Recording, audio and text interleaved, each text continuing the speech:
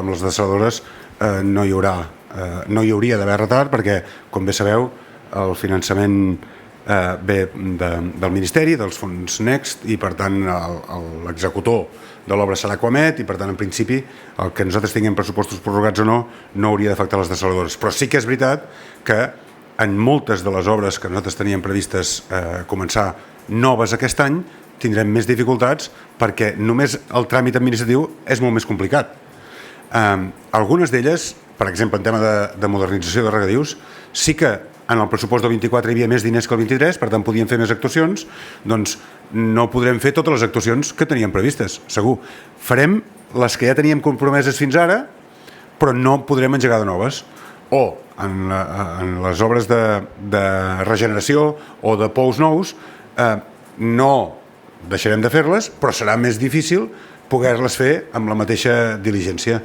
Hi ha altres qüestions que per nosaltres importants. A la llei de mesures estem treballant amb l'Associació Catalana de Municipis i la Federació de Municipis una flexibilització del règim sancionador pels ajuntaments. Doncs no hi ha llei de mesures, no podrà haver-hi aquesta flexibilització de moment. O estàvem treballant també amb una modificació del cànon de l'ACA, de manera que els consumidors no hagin de pagar els 6 metres cúbics del cànon cada mes, cada trimestre, sinó que paguin el cànon en funció del que consumeixen.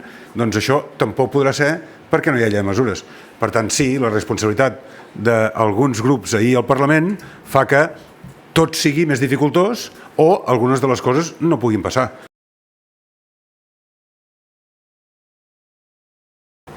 Perquè nosaltres el 24 ja havíem pressupostat bastants diners pels ajuts de la sequera possibles del 24 i aquests no hi seran. I per tant haurem de veure com el conjunt del govern fem, com sempre que hi ha pressupost prorrogat, els encaixos necessaris per obtenir aquests diners. Per tant, els del 23 sí, els que teníem compromesos sortiran igualment, els que falten per sortir, que són molt pocs. Si n'hem de fer pel 24, que jo sempre dic que espero que no perquè plourà, però veurem quina és la situació, sobretot de les conques internes, sobretot del Ter, i si n'hem de fer, haurem de veure com obtenim aquests recursos fent les modificacions que es puguin fer en pròrroga pressupostària per poder donar sortida a aquests ajuts.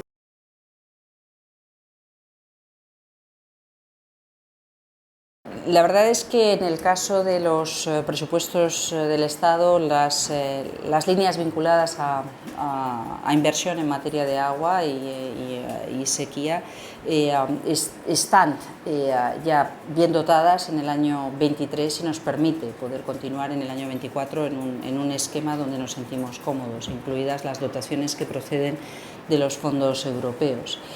No es descartable que haya que hacer un análisis en profundidad de aquellas cuestiones que no hubieran quedado cubiertas en el presupuesto 2023 y que tengamos que ver si se necesita algún tipo de modificación, pero en principio estamos operando con nuestros presupuestos, con los que nos gustan y con los que estaban vinculados a fortalecer la capacidad inversora del Estado en servicios fundamentales para todos los ciudadanos y en modernización de infraestructuras básicas como son las orientadas en materia de agua. Y en línea con lo que dice el conseller, evidentemente nuestro compromiso para seguir respaldando intervenciones frente a la sequía y facilitar el apoyo allí donde, aun no siendo demarcaciones competencia del Estado, estamos viviendo episodios duros de sequía, como puede ser en cuencas interiores de Cataluña o en Andalucía. Nuestra intención es seguir adelante en principio sin ningún problema. Eso sí, habrá que ver si se requiere hacer algún ajuste que en estos momentos no tengamos presente, pero está ya el equipo haciendo un análisis de fondo.